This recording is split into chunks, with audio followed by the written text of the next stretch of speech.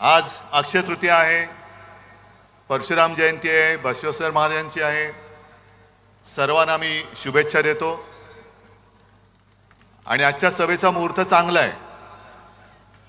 हे तिन्ही मुहूर्त एकत्र आल्यानंतर विजय आपला होणार म्हणजे होणारच. आज दुपारी खरं म्हटलं तर मी जालनाला जाणार होतो, पण तुम्हाला सर्वांना कल्पना आहे कार्पेट वगैरे सगळं भिजलंय. तुम्ही पण बसल्यात तिकडे चिखल आहे. मेघनात तेवढ्यात पाऊसच सुरू झाला आणि हेलिकॉप्टरवाला पायलट म्हणाले, साहेब अशा या वातावरणात उडणं कठीण आहे, अशक्य आहे.